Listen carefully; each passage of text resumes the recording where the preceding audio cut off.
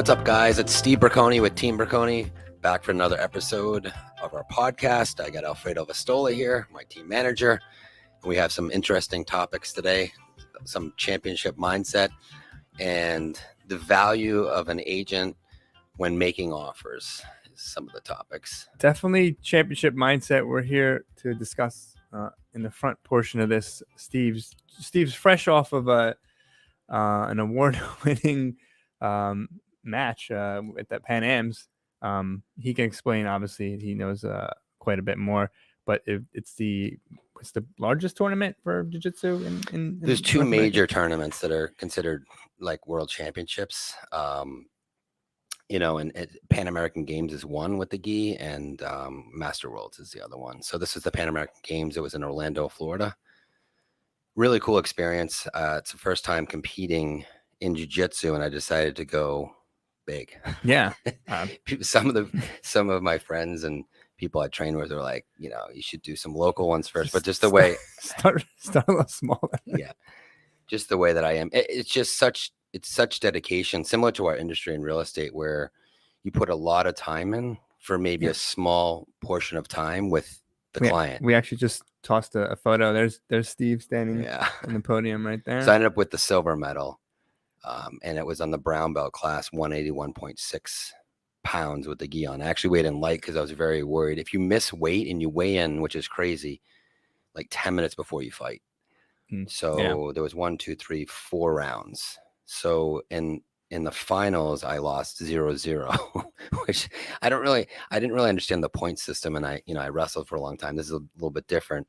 I did submit one opponent who actually won Master World. So I didn't look at anyone before. And that's kind of what I was going to talk about is I didn't really look into the credentials of these other fighters. And so a lot of the guys were like, look in and see what their style is and see what they've done. And I probably would have psyched myself out. So I just went out there. I was pretty confident in my skill set. I didn't know what to expect. I knew those were the best guys. There's a lot to unpack here, right? So we're obviously going to talk about it in a mindset sense. And it's the point you just made is you didn't want to look at who you were fighting and look up their record and where they've been and what they've done, because you just wanted to focus on what you had to do.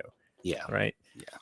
Yeah. So that's pretty much what I did. And I wasn't expecting to medal. We had a bunch of guys go out there who are awesome at the sport. And I was able to watch them fight first. I was actually fighting last. So I saw a lot of them go out first or second round, and they're very, very good. So it's one of those things that in a fight, anything can happen. And, I see them kind of struggle, and then I'm going out there. And I was one of 3 students to medal.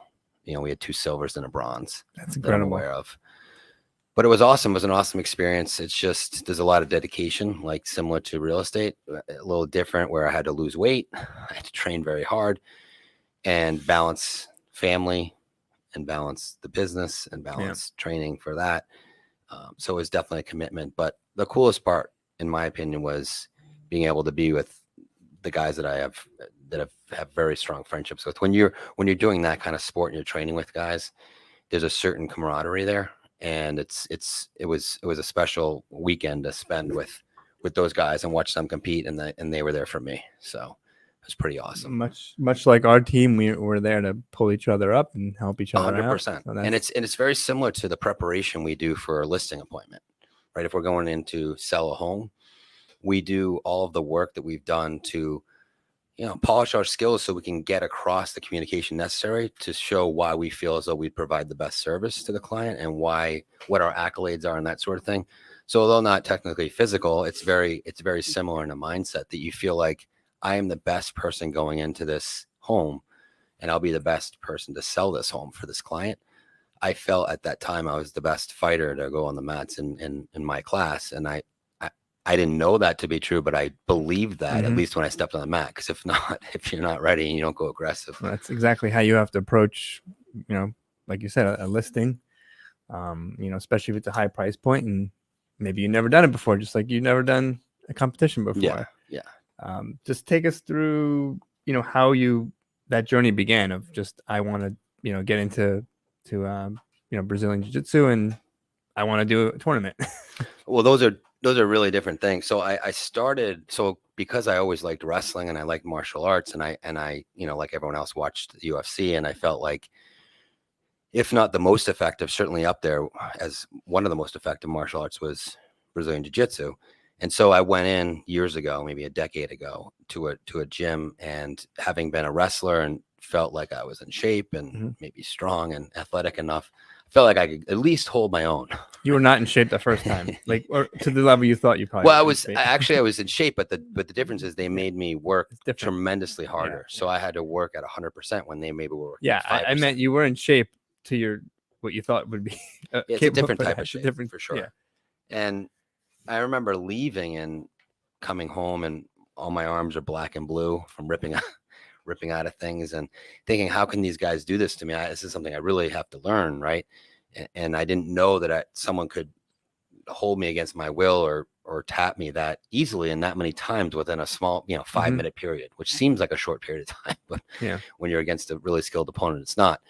And my wife said, I guess you're done with that, when she saw my arms. And I said, I'm done with that. I can't believe they can do this to me. Like, this is crazy. This can't happen anymore. So yeah, so that started the journey. And then I originally started just for more self-defense, in the sense that I felt like I could always defend myself. I had done enough boxing and striking and wrestling, but I wanted to be able to hold someone down or whatnot if I ever had to, without hurting them and without too much physical altercation. I wanted to be able to be very confident in that. And I would say within 2 years or so, I was a blue belt, which is the second belt, which is once you get that, you kind of understand the mechanics. And at that point, I reached that goal. So then I started becoming, all right, well, can I do this to very skilled people? And then that kind of brought my journey up. As far as competing, that's never something I wanted to do. But I felt as though, as I went to a much better school in New York, right, and I have awesome guys that I train around, and they continuously give me hard rounds. My trajectory over the last 3 years being there was just far more than I ever thought it would be. I'm whatever level I'm at, it's far better than I ever thought I could be at. So at that point, I thought, okay, I'll compete. What should I do? Yeah. But to compete at any level, even in a local tournament, you still have to lose the weight. There's still a commitment there. So to me, I thought, what, if I'm going to do this, I want to do it. I want to do what I consider to be the hardest, best tournament in the world. And so, I fought a guy from Europe that was there. I fought a guy from Brazil that was there. So people understand, like, it's just not even no, it's not national. It's international, which it's a world tournament. Yeah. So I wanted to do that. And, then I felt as though, even if I held my own, that I would justify to myself, because I'm doing this for myself. I'm not doing this for anyone else, that my skill set, it is above where I thought I could ever get to. And I owe literally all of that to the guys that train with me and give me the time on the mats, and the instructors, of course, but just as much so the guys that constantly we're training together. Yeah. It's an amazing accomplishment, kudos on that. How did you see those parallel with how you, it's kind of no surprise, because you were able to be successful in real estate when you jumped into a market that you had, you knew nobody, so that's kind of the parallels. But what else did you kind of see as you developed your skills and you became, or you got to the point where, I think I'm going to compete, to how you did that same thing, in your real estate career? I think the parallel comes down to something simple, which is I obviously look at competition. I look at the other guys in the gym, but I really don't compare myself to them very much, if at all. And I really don't compare our team or myself to other agents or teams in the industry. I'll certainly take things that I like that they do and try and implement them. No different than I'll take some of the skills that I see some of the fighters implement and try and implement that in my game. But I'm much more concerned with me and our team, right? So as on the fighting side, I was much more concerned with me being the best fighter, jiu-jitsu fighter I could be. Right. Not so much what anyone else was doing. And that's kind of the mindset I had going in that tournament. Was I'm very confident. Here's what I have. I sat with my coach. Here's what you're going to do. Here's what, and that doesn't always work, because you're going against opponents that's not letting you do this. But that was my plan. That I wasn't really concerned with what they wanted to try to do to me. I was much more concerned with what I was trying to do to them. And with real estate, it's much more, where is our team going? I'm not concerned about the other teams or agents, and I feel like a lot of times when you are, especially excessively so, that's negative. Mhm. You know, there's more negativity than positivity. And if we focus on ourselves as agents, as you become a superstar, I have other agents that have become superstars on the team, and you know, we've done well as a team, and we continue to do better and better. I feel like if we focus on that and focus on ourselves, and I focus on myself on the mat and being the best we can be, that's actually what I really tried to emphasize in my mind, in my mindset. Okay. I mean, it's hilarious. Not hilarious, but it's amazing, really, the parallel and how you were able to be successful now. Is there anything else after the Pan Ams? I hope not. So the next tournament would be Master Worlds. It's in August. It's such a huge commitment. And so again, to be the best that I can be, whatever that is, I know what I need to do. I know what I need to train in the gym. I know what I need to do cardiovascularly. I know what I need to do with diet. I know what I need to do with the time training on the mats. And it's a huge commitment. So undetermined at this time. Yeah. Okay. We'll leave it at that. I mean, there's a point system too, right? I think. Which it's crazy to say, but I don't fully understand the points. No, I just try to do what I had to do. So I didn't give up a point the entire tournament, but I still didn't win. I got silver. So I lost the final 0-0. That's amazing. He got what's considered an advantage of some sort. And I guess because he had my leg and we went out of bounds and I kind of tossed him and we went into the score table and the ref said, oh, that's an advantage. So you can have infinite advantages. So you could have 20, 30, 40 advantages, whatever that might be. If you get one real point, you would win the match. And it's not uncommon to have 10, 12, 15 or more points. So points aren't generally very hard to get. It's even in a position. If you secure an advantageous position, there's various points depending on the position. So some of my matches, I think it was 7 or 10-0 or something where I won. So that's right within the norm. So to be 0-0 in the finals. 0-0. Yeah. It was some final. It was tight. With just an advantage, basically a draw with a technicality. Yeah. Not the best way to not get gold, but yeah. We'll just call it that.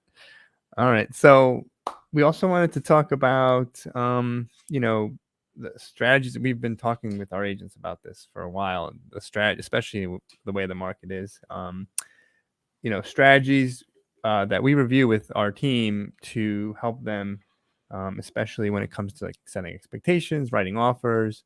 Let's dive into that quite a bit here. Absolutely. So the first thing that we started hearing recently was there's so much interest in the home. I don't even know if I'm going to bother writing an offer or that kind of attitude.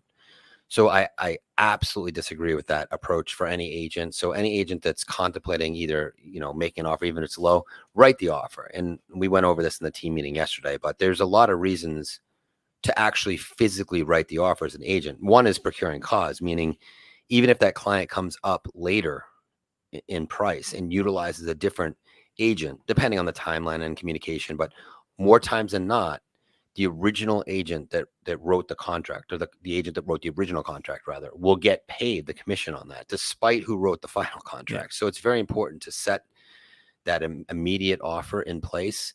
As long as that buyer has signed that offer, it's almost always the case that that agent, no matter what transpires later, will get paid on that.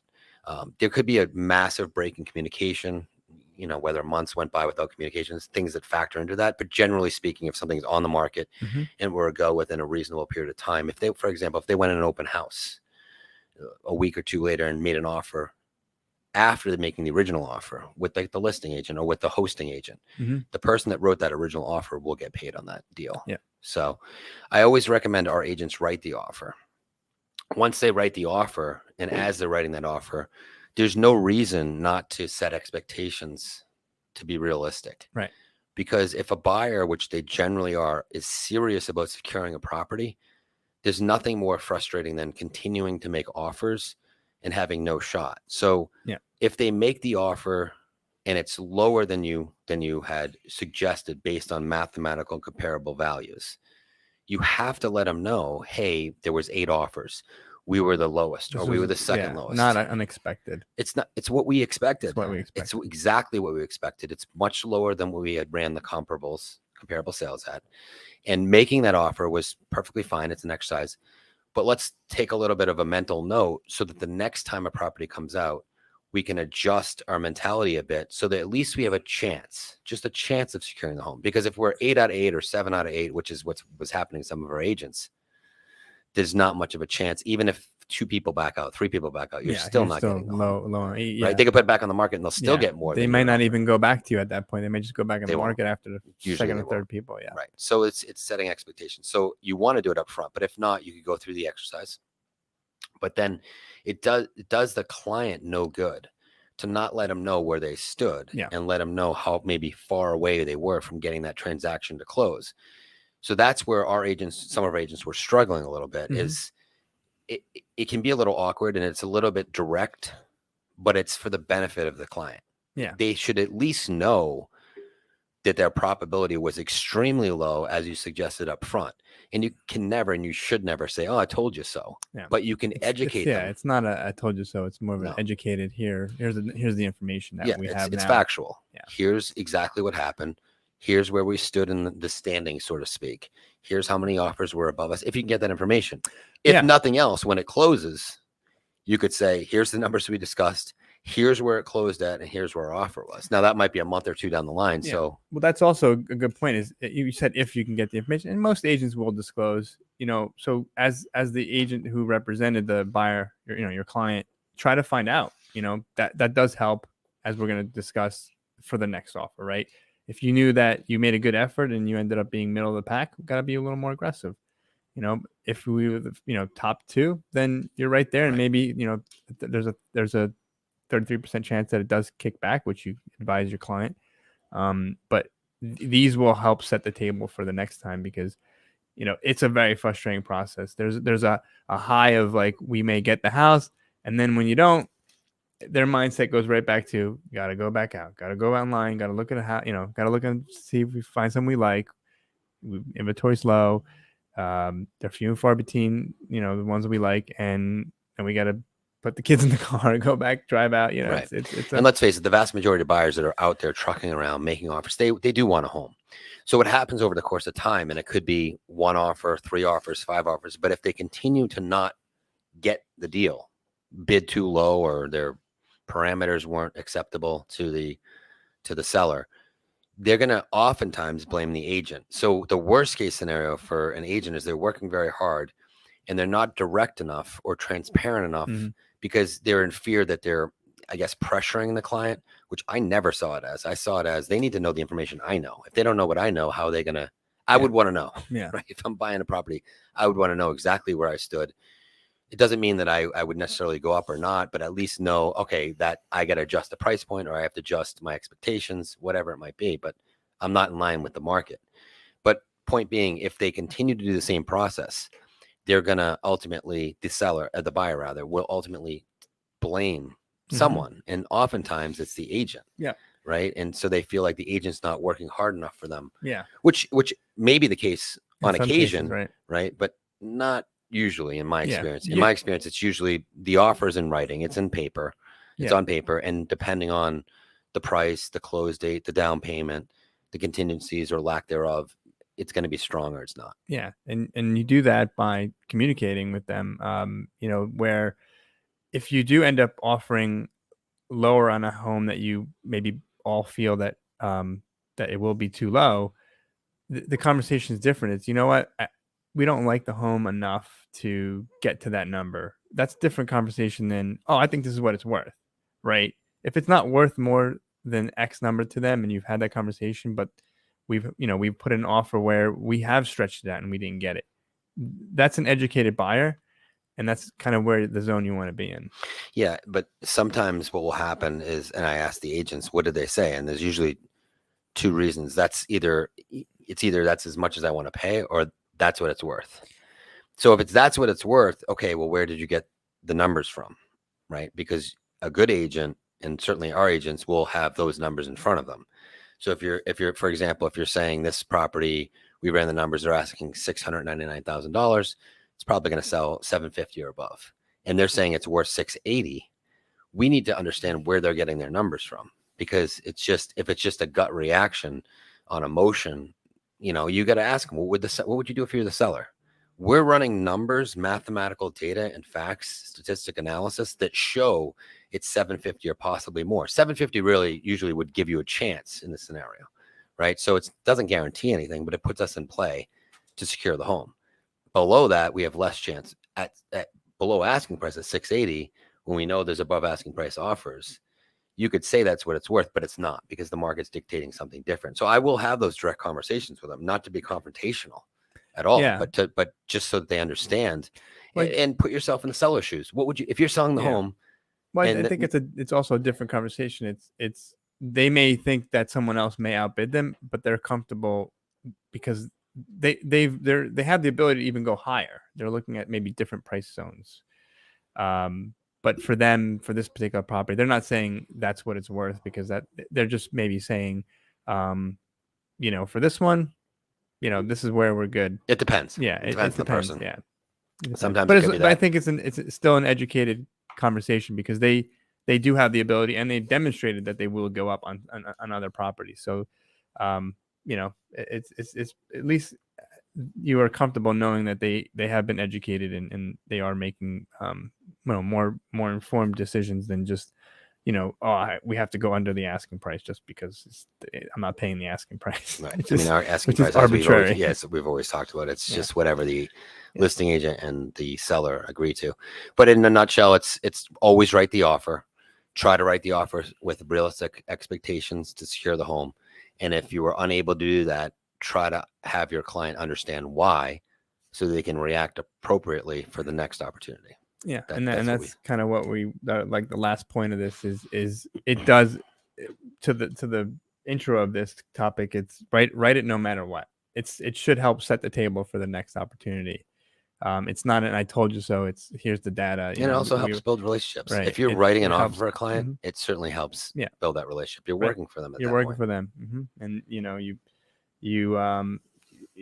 try to get that as much information from the listing agent. Hey, were we top 5? were we bottom 5?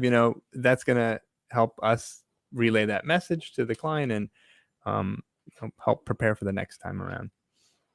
What else you got? So, and which is also bringing to the point of what's going on. Like, why are we still seeing these homes that are going 20, 30, 40 in some markets way higher, and still getting multiple bids, and we're just still seeing incredibly low inventory. I just met with the CEO of Christie's Northern New Jersey. He actually owns the rights, I think, to Connecticut, New Jersey, and New York City, which is a different zone.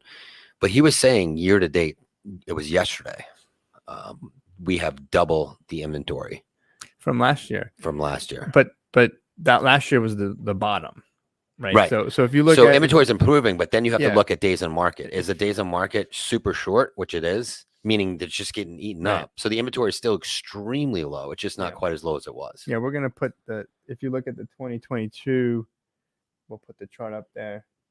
2022 on the top is the lowest. Right. It did bump up. If you're, we're a little bit higher now, but it's still, if you look at the bottom chart, that's historic. That goes back to 1984.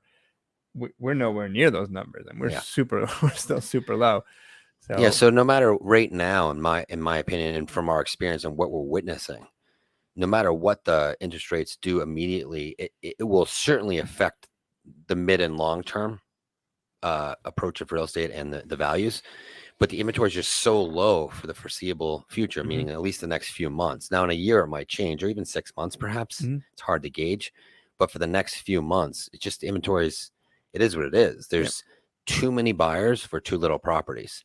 So even though the interest rates are going up and creeping up a little bit, and they're back and forth, but they're creeping up, the inventory remains so low that those buyers are still extremely eager to get in, and also in fear that the interest rates may go even higher, because 7-8% is not an abnormal rate, and that's still a little higher than it is today when you're getting to the 8s, right? And we don't have, for that reason, we don't have people who normally may have moved at this time staying in their homes, or some people who have built some equity in their homes. They're not selling it. They're holding on to it and saying, I can't give up this asset that has a 2.5% rate. I'm going to rent it out.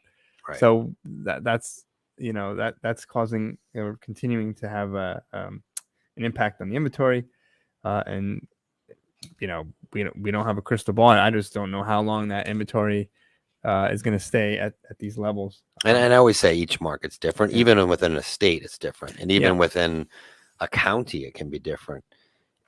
So we know New Jersey, and I do track other areas, specifically some areas of Florida, and I see those days in the market rising substantially and quite a bit of reductions. But some of those areas were up 300%.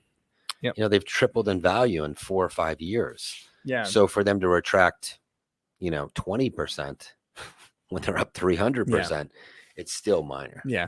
And I was looking at realtor.com, some information they posted for March, and they did break it down by region, like northeast and the west, and the northeast had still the lowest inventory out of all the regions.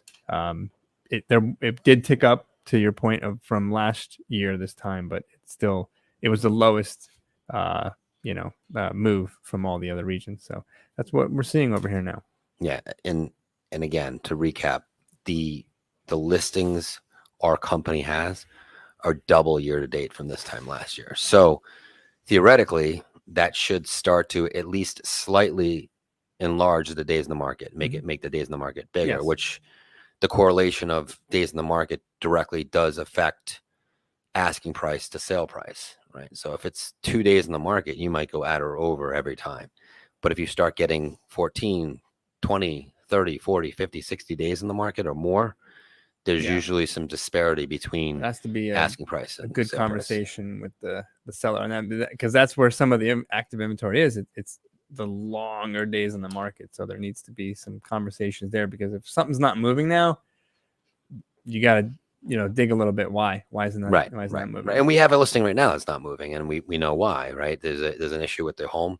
We're trying to resolve that issue, but there is an issue. If there wasn't an issue, it'd be gone. It would have been gone for probably 100,000 more than we're asking. So Right.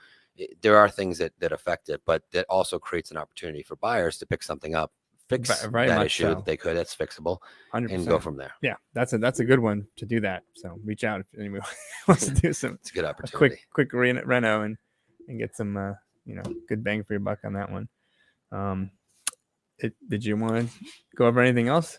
No, I would just say, I always talk about season, and that's the last thing I'll talk about today. But, with the agents, especially on the team, and agents that reach out to me that aren't on the team, they kind of ask, what do you do annually on a basis to grow your business or sustain business? So right now, from my experience seasonally, historically, we have the rest of the month. So April is very solid typically. May is very solid typically. And June's hit or miss. Yes. June can slow down or it can be busy. It just depends. But July and August are extremely slow, especially August is the dog days of summer. But really from the 4th of July through Labor Day, we find to be slower. And by slower, I don't mean I'm not closing homes, but I mean we're not putting as many homes under contract. Yeah. Because typically buyers are on vacation. It's 90 degrees and humid. They don't want to be out trucking around looking at homes.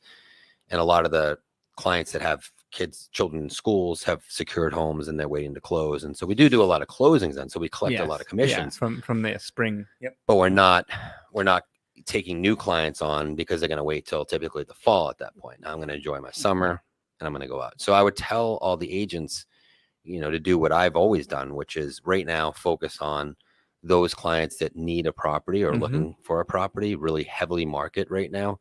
Because again, you have about 2 months until the probability is things slow down a bit. June, I always push through, but then come 4th of July through Labor Day, I'm always resetting myself on that clock, right? Starting to strategize, doing a lot of follow-ups, figuring out who will be ready for fall market, preparing my marketing. If I want to change the look of my marketing, all of those things are done in the downtime. So what I see some agents do is just take their foot completely off the gas because the phone's not ringing.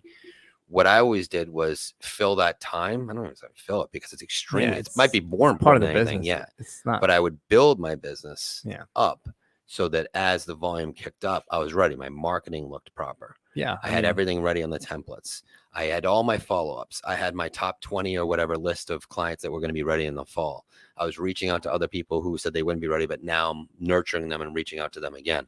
So I had everything aligned so that when the fall market came, which is typically first, second week in September, which is great, September, October, November till about Thanksgiving, usually Thanksgiving to the New Year slowdown.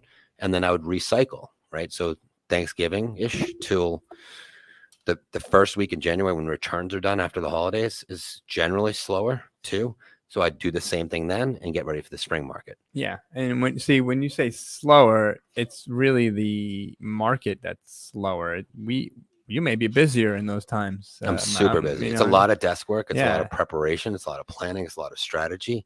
But that's absolutely essential to growing your business and sustaining your business. You won't even sustain your business, in my opinion, based on my experience seeing other agents who just kind of take that time off or relax or lay back. You have to recharge your batteries. I get all that. But those things are more important, in my opinion, than actually taking clients out oftentimes. Because if you don't have the log coming through, the backlog of people, and make sure your relationships are there and everyone is thinking of you, of Steve, of Alfredo, of Team Braconi, when they're ready to go, you've lost that opportunity. And if you don't have your marketing in place, if you don't have your spreadsheets aligned and everything is kind of formulated so that as things get busier, your protocol is already in place. You also might not be busy at the busy time. Right. So that would happen too. That is the one depressing thing about the industry. It's like you're talking about July already. I didn't even get, I just started spring. I'm excited for spring, and you're talking about July. I'm always looking ahead. I mean, I am too. That's what I'm saying. That's a little bit of a depressing thing. It's like we're always 3-4 months ahead. The year's over basically now. Well, also, we have to look ahead, right? Because today, if we take a client out and they make an offer, it's April, May. We probably are getting paid in late May, June. Yep. Right. So there you go. Well, that's the thing. The next month's July. Yeah, I looked at a listing and with clients that are eager to buy, and it's like, but they're flexible, and it's like, the seller prefers to close July 27th. It's like July 27th. It's the end of summer. It's a very specific time frame for that laid out. But yeah. Yeah. Well, whatever the date was, end of July. It's like, that's when I'm gonna get paid on that one. Yeah. But I'm okay with that. I'm okay with it. It's funny because it's like it messes with your head. Yeah. But that's really it. I would say always write the offer, like I said, set expectations for clients. Like we said, always have a championship mindset. I really don't care, like I said, near as much, if at all, what other people are doing or what. It just brings negativity to me. I always try to think positive. I always try to be the best that I can be and have the team best that we can be, no matter what. We focus on us, and I focus on myself with the individual stuff, and try to just do the absolute best we can do. And that requires every single day getting up and going through the process of trying to be better. And that's very easy to say, but it's very, very difficult for people to do. I just made it part of my life, whether that's what I eat for nutrition or how I work out or with my family or with my friends or with the business. I do try to do the best I possibly can do every day. And there's days that are more difficult than others, but it's not an option. It's not an option if I'm going to work hard that day. And it's not an option if I'm going to the gym that day. I'm going and I'm doing it, and I'm going to do it. It's the day that may be difficult. You said it doesn't throw you off the next day. Those are the better days. Yeah. For me, the days that are difficult, I just show myself that was a terrible day, but I still pushed through and I did the best I could. Same with jiu-jitsu. The days that I just feel like I didn't perform the way that I know I can perform in practice or on the mats, those are the days I tend to get better. I actually learn, like, why did I do that? Why did I do this? And they're all cumulative. It's all cumulative. Like I made the analogy of the drops in the bucket, right?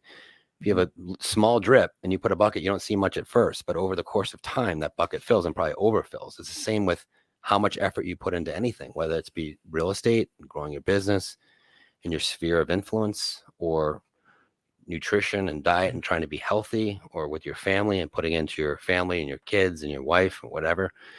That's important to me, because over time you reflect back, and it's nice to say, hey, I did the best that I could do. So always do the best you can.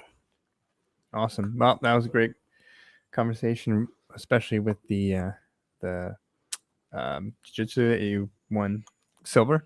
Amazing.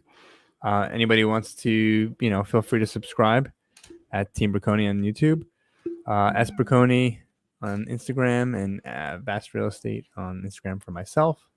Also, we do still have we'll it'll be ongoing. We'll have there are drop off locations for our The SPCA SPCA for the pets. The food bowl. And you could send in donations as well. We'll post the website for the SPCA directly on our YouTube channel, and that's it. We appreciate all the support, the messages we continue to get, and everyone's, all of our support through our clients and our friends. And we thank you guys. Have a great day, everyone.